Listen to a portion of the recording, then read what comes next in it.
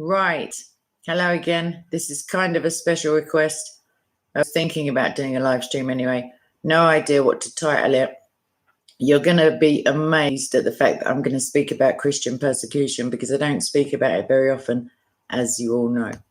You also know I'm quite sarcastic. So I'll read what I've got, a couple of things, and then we can have a quick chat about it if you're not all in a trolling mood, which I know you. So that could go really horrifically wrong. However, I will probably edit out the beginning and the end. So welcome everybody. Today I'm going to speak more about Christian persecution, and here I go. And I wish they would too, but they just hang around. Okay, so a Catholic charity says that at least 2/3 of the world's population, 66%, live in countries where religious freedom is not upheld, and the most persecuted religious group are, answers on a postcard, no, Christians. The 2021, so pretty recent, Religious Freedom Report by Aid to the Church in Need, or ACN, found that around 5.2 billion, don't count them, billion, 5.2 billion people live in countries where there are grave violations to religious freedom. So for anybody who's not familiar with these kinds of report, they grade the violations, and grave violations are not going to be like near the bottom of the list. So these grave violations to religious freedom include 3 of the world's most populous countries. So 3 of the countries where there are the most human beings are included for these 5.2 billion poor souls. So those are China, which is godless, atheist, communistic, if you want to know. India, which is largely Hindu. And Pakistan, which is our favorite religion of largely peaceful, non-peaceful persecutors, Islam, and that's Pakistan. So in most of these countries, the top countries within the report, religious minorities are the most targeted, as with all bullies. It's the little guy who gets it. And in recent years, the faith-based persecution by authoritarian governments has intensified. That's not going to come as a surprise to anybody. Also, just as a quick aside, Vocab Malone and I spoke about Christian persecution, and I will put that video up pretty soon after I finish streaming.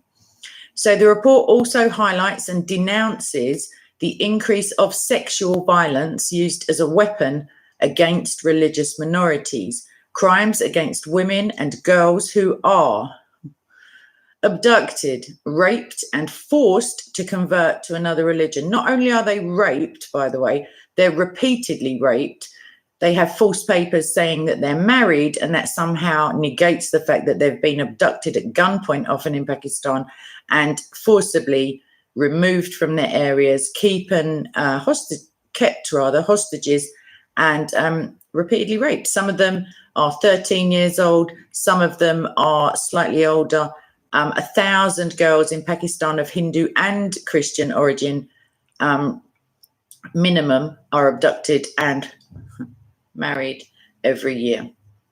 So the promotion of ethnic and religious supremacy in some Hindu, Buddhist, and Islamic majority countries in Asia has led to further oppression of minorities who are already oppressed, often reducing their members to de facto second-class citizenship. It's called dhimmitude in Islam. However, that's only actually, I think, for Christians and Jews. So according to the report, India is having a real problem at the moment with not only COVID, but with Hindu nationalism. Hindus tend to think if you're Indian, you are Hindu. If you are non-Indian or non-Hindu, like, you can't get out of it. If you're non-Hindu, therefore you're no longer Indian, kind of thing. And therefore you don't deserve any niceties. It's really it's a really bad situation over there. And as you can imagine, Christians with COVID-19 restrictions, and it's just going loopy in India, the amounts of new infections, potentially because like 500,000 people are jumping into a filthy river to celebrate their religious freedom. I digress. So, de facto second-class citizenship.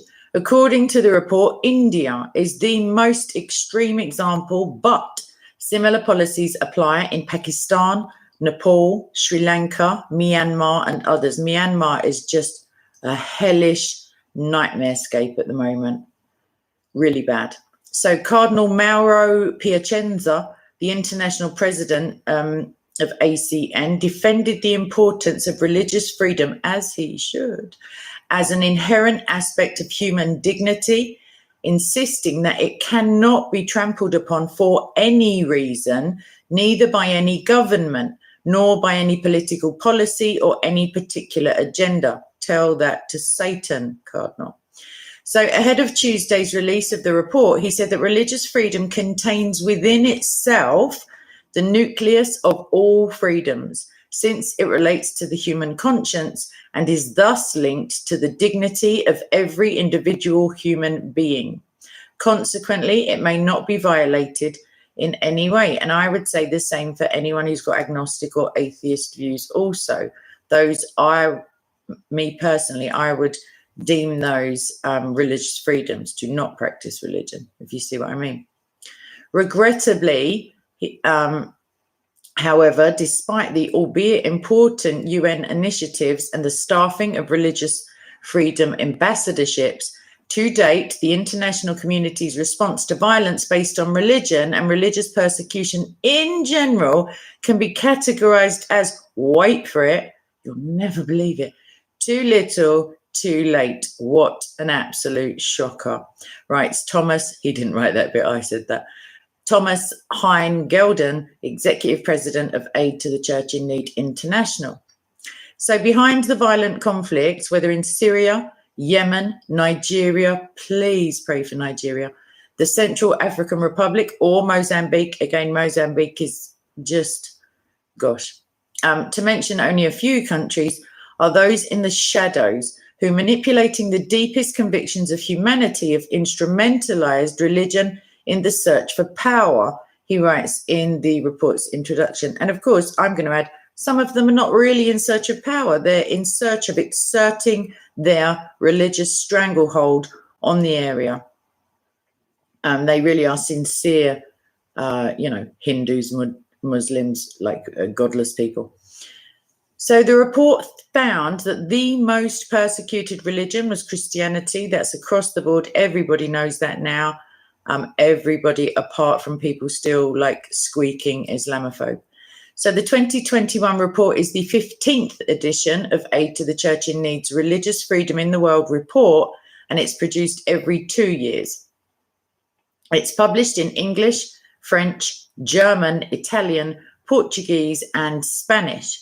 With over 800 pages, the publication has changed much since it was first published as a booklet in 1999. And I was discussing this with Boko. It never, ever diminishes. It never decreases. It never lessens this absolute hatred of Christians. This just the truth hurts, and we're the visible representation of the truth that is Jesus Christ.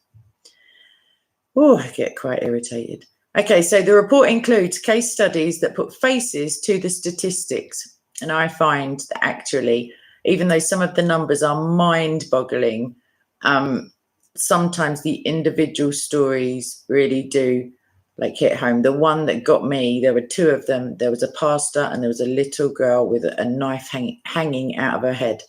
And she looked like she was old enough for nappies. And they, I think they seem to just touch you on a different level, really. But statistics such as Chile, the burning of the churches, Nigeria, the mass abduction of school children. I'm going to come back to that as soon as I've finished on this report. And Pakistan's sexual violence and forced conversion, or as I like to call it, rape and lying.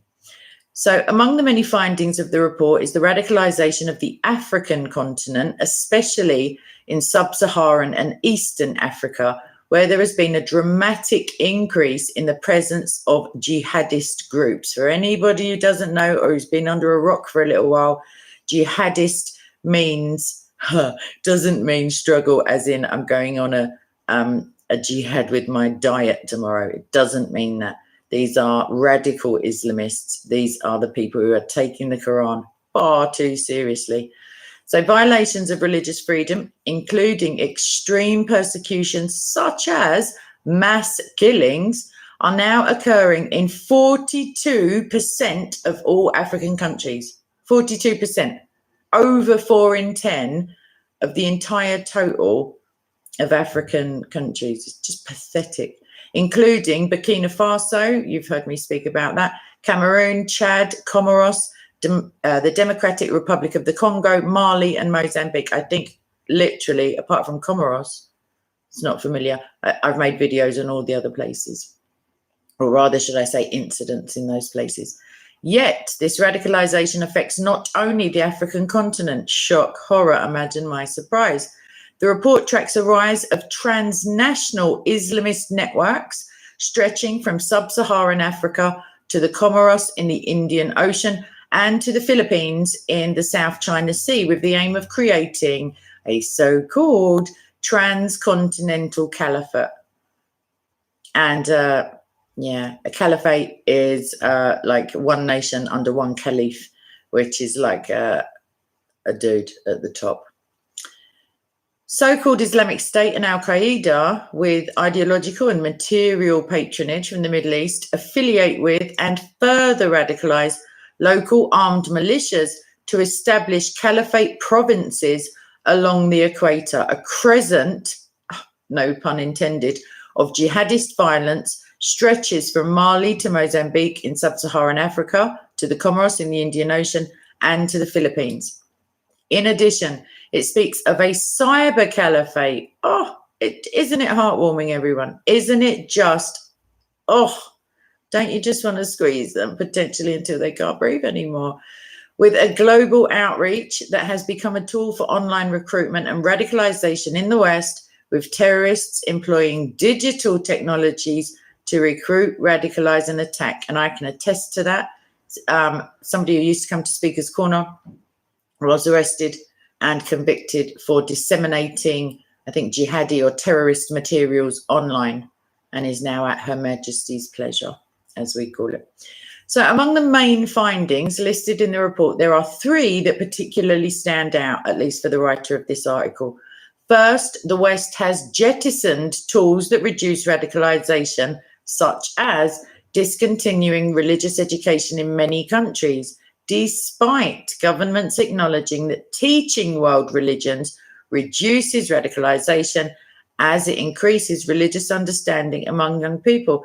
And obviously, like if you're in a hostage situation and you can personalize the hostages in the mind of the hostage taker, you're far less likely to have a lethal outcome. And therefore, if you can teach religious studies to people who think theirs is the only religion, it will humanize the people who are, adherents of that particular religion. So, as we know in the West, now that we're all cucked into being afraid of Islamophobia. I'm not afraid. It's not a phobia. Second, there's an increase in polite persecution or the rise of new cultural norms that consign religions to the quiet obscurity of the individual's conscience, or relegates them to the enclosed precincts of churches, synagogues, and mosques. And that's a quote from Pope Francis, who, for anybody who doesn't know, is head of the Catholic Church. These new laws, the report argues, lead to an individual's rights to freedom of conscience and religion to conflict with the obligation to comply with the legislation.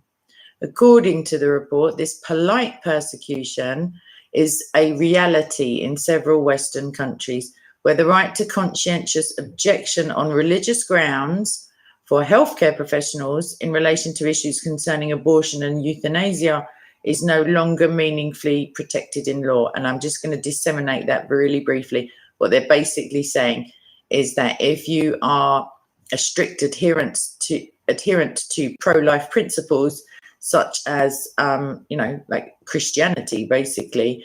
And yet you work in an industry where abortions may need to be performed, such as the National Health Service.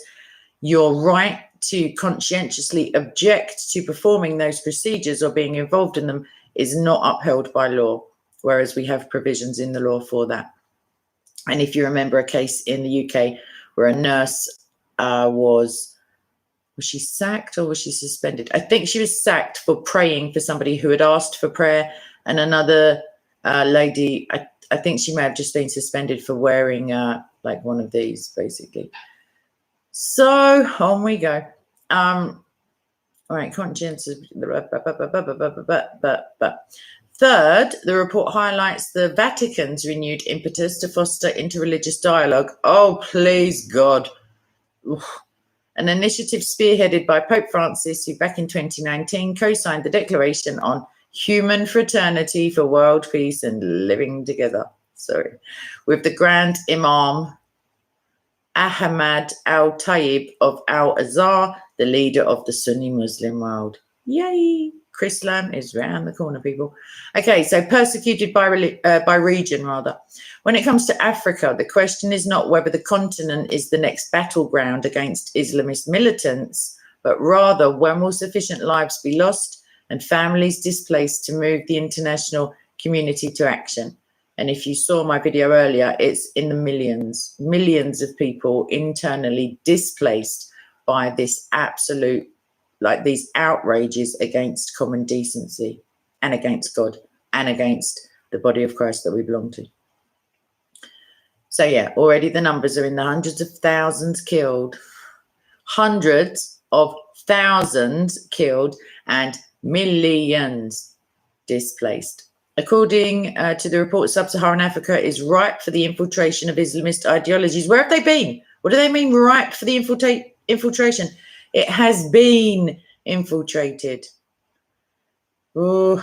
On account of generations of poverty, corruption, pre-existing intercommunal violence between herders and farmers over land rights, exacerbated by the consequences of climate change. Oh, do shut up. Sorry, I'm going to go out on a limb and say I don't agree with the narratives being inserted here. It's nothing to do with any of that, I would say. Poverty and corruption, certainly. Violence, potentially, because it just means you have people who are prone to violence. But Islamist ideation and radicalization of people does not need anything to do with climate change to be referenced. That's just like, yeah. Basically, their own governments in Nigeria especially are not willing to defend their people. And that's a very sad fact. And they allow Sharia-like sentencing when they don't have anti-blasphemy laws in the Nigerian constitution. So in Latin America and the Caribbean, the predominance of Christianity is no guarantee that religious freedom is upheld, I read. The greatest violations of religious freedom occurred in nations with questionable records of respect for human rights and democracy, including Cuba, Nicaragua, and Venezuela. These governments expressed hostility and aggression towards Christian churches, both Catholic and non-Catholic, when religious leaders denounced corruption and social and political policies understood to be detrimental to the common good, the report argues. Right, the Middle East, North Africa region goes from Pakistan to South Asia to Morocco in Northwest Africa. Very nice food, by the way. This transcontinental region is home to over 6% of the world's population. That's no small number of people, encompassing a variety of cultural and ethnic groups. The birthplace of the world's biggest monotheistic religions, Judaism, Christianity, and Islam. Spoiler alert, not the same one God. These countries include more than 20% of the world's Muslims and 60% of the world's oil reserves. Two facts that, according to the report, make this region of powerful global influence in politics and religion. You're not wrong. Several countries in the area have experienced positive political and societal changes during the period of review, but have stopped short of furthering the promotion and protection of human rights. So absolutely meaningless, like empty sentiment. The legal and societal environment shows a reluctance to change as discriminatory laws and practices, mainly against non-Muslims, continue. And that would be because Allah has deemed it permissible, and thou shalt not forbid that which Allah deems permissible, as everybody knows. The Islamic State terrorist organization, the report notes, is currently weakened but not destroyed. And even though heinous crimes committed by jihadist groups were less numerous in the past 2 years, armed Islamist fanaticism remains a major military concern. And just because it's not IS, it could very well be ISWAP, which is Islamic State Western African Province, or ISCAP, or Boko Haram, or Fulani herdsmen, like just no Islam in the title. Right, so I got through that. This is quite a short piece, but I just want to bring it to your attention because it's often on my heart, and yeah, no one seems to speak about it. So if I were to ask you, how long do you think it's been since Boko Haram stole the girls from Chibok? Like, doesn't seem that long ago, seems ages ago on the other hand. 7 years, 7 whole years. So it's been 7 years since over 200 girls were taken from a school in Chibok by Boko Haram. Boko Haram, for anybody who doesn't know, are an Islamist African tribe, actually. Boko Haram is a tribe. Just over half of the girls have been freed or rescued or escaped. And that leaves 111 still in captivity 7 years later. 7 years of thinking that the world has forgotten you. 7 years of potentially thinking that God has turned his back on you. Like 7 years of just, it doesn't bear thinking about. Meanwhile, insecurity continues to affect large swathes of northern Nigeria, not just because of militant groups, but also so-called bandits. I'm just going to let you in on a secret. They're not just bandits. Like, grow up, mainstream media. So, like, desperately needed at this time are our prayers, please, for these girls and their poor families and Christians all across Nigeria. It was around 11 p.m. at Chibok Girls State Secondary School, where 275 girls had gathered for their exams when Boko Haram militants arrived, pretending at that time, because they weren't so brazen, to be government security officials who had come to protect them. Like, how disgusting. What? Ugh. They coaxed the girls from their dormitories onto trucks and headed for the Sambisa forest. Before, during, and shortly after the attack, 47 of the girls managed to escape, and it was more than 2 years before any more girls made it to freedom. And I've read the personal testimony of some of the girls who made it out, and it's just harrowing, and it's just heartbreaking, and the stuff of nightmares. So today, 7 years on, and the incident, by the way, was on the 14th of April, 2018. So it's actually 7 years and 2 weeks, just over. 111 girls remain unaccounted for. For the families of each and every girl, it's been 7 years of agonizing and uncertain, just interminable waiting. So precious little is known about the whereabouts or experiences of the girls still in captivity. It is also unclear whether there are any real efforts to negotiate a release or any progress, excuse me, whatsoever in securing their freedom. And this just must drive the families absolutely up the wall and down again. Like, can you imagine? It's so unfortunate that the government, who is supposed to take care of all of its citizens, have neglected our daughters in the hands of the Boko Haram, said Yakubu Nkeki Maina, who is chairman of the Parents Association of the Chibok Kidnapped Girls. And that's what he said to Open Doors, which is where the report is that I'm reading, and I will link it in the description box.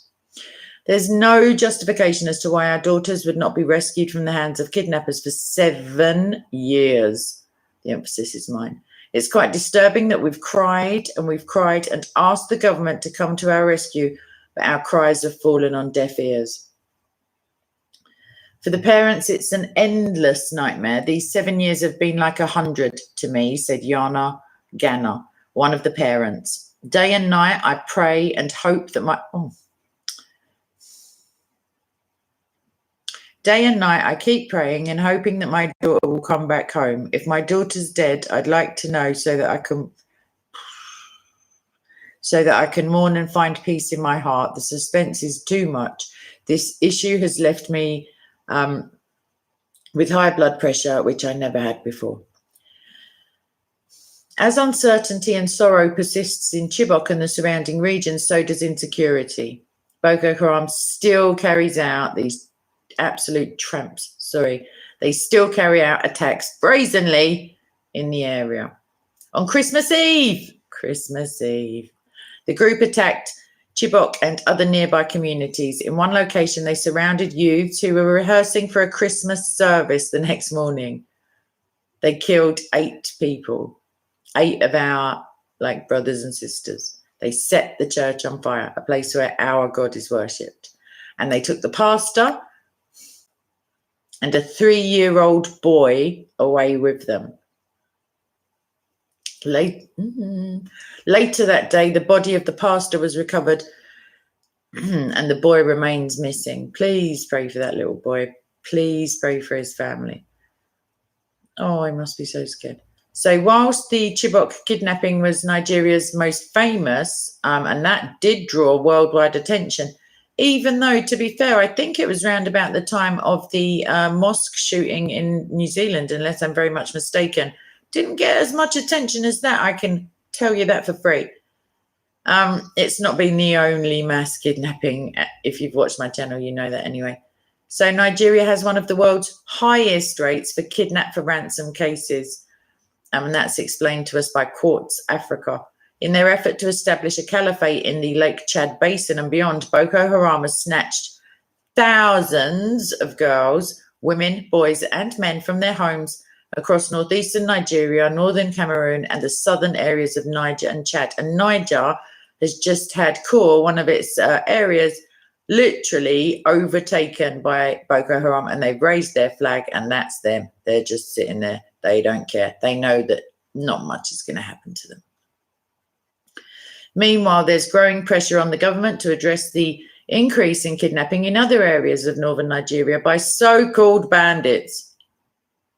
While the motivation is clearly financial, probably why they're being called bandits, observers warn at least some of the kidnappers have links to Boko Haram. What do you reckon? Okay, so the released girls, let's get onto them, and then I want to stop talking about this and just get to the praying bit. So of the Chibok girls already released, 39 attend schools at the American University of Nigeria in Adamawa State. 17 are studying in the United States. 2 have graduated and 1 has become a pilot. 10, I don't know if there's a block booking, but 10 are getting married in April, is what I read. So that's encouraging. But other released girls continue to actually suffer from PTSD, unsurprisingly, and they're severely haunted by their experiences of captivity. Wouldn't you be? They do need your prayers, please, please. I'm not joking. I know I'm joking a lot often. I'm not joking. They need you to pray for them. Some of the girls are still going through serious trauma and have refused to go to school, said Yakubu Nkeki Maina, same dude whose name I was amazed that I could pronounce before. So, you can please, if you feel led to do that, just go to the website of Open Doors. They don't bite you. They don't terrorize you, pun unintended, for money or anything like that. What they would love you to do is to pray. You can sign up for an email that gives prayer points. You can do that also on persecution.org. Just gives a structure to your prayers, goes through for Open Doors, at least the top 50 countries regularly. I'm involved in that. I can always pass those things on, but it's nice. It's just free. I mean, if your internet's being paid for, as it were, then what does it matter? All the nonsense you get in your email inbox, that's something that actually can change somebody's life. And, the blood of Christ has already paid for them. And all I'm asking you personally is to just please remember them in your prayers, because 3-year-old boys missing without their mum. Like, anywho, so do I have any questions? If not, then I shall sign off. I understand it wasn't exactly a cheerful stream, but I will do one of those soon, promise. Yes, actually, I'm just agreeing with one of my admins. It is such a nice and peaceful ideology that we discuss so often. I would say largely peaceful, in the same way that the American riots were largely peaceful, whilst in the background from the newsreader, like the city was on fire. So I'd say that. Okay. Villainous. Some of the boys were released, the 300 that were taken within the last couple of months. Lots of them, actually. One of them was shot in the back, if you remember. I think I did make a report on it at the time. I may have just done a community post. I can't remember. However, I'm going to end this before I start getting riled up again and say something that I don't want to say on camera. But you can always come to Discord to hear me say what I really think. And the link is in the description. And I'm going to say, God bless you all, like genuinely. It's lovely to see you all again so soon after a premiere. When you do your gratitude list, if you do that kind of thing, or when you like contemplative prayer, just even if it's just a matter of giving gratitude that you don't live in Nigeria, you know, that's a sad reality. And for anybody who views these videos in Nigeria, I am often thinking about you and praying for you. And that may be small consolation, but my God and your God actually hears those prayers and acts upon them. So yeah, God bless you all. See you later. Bye.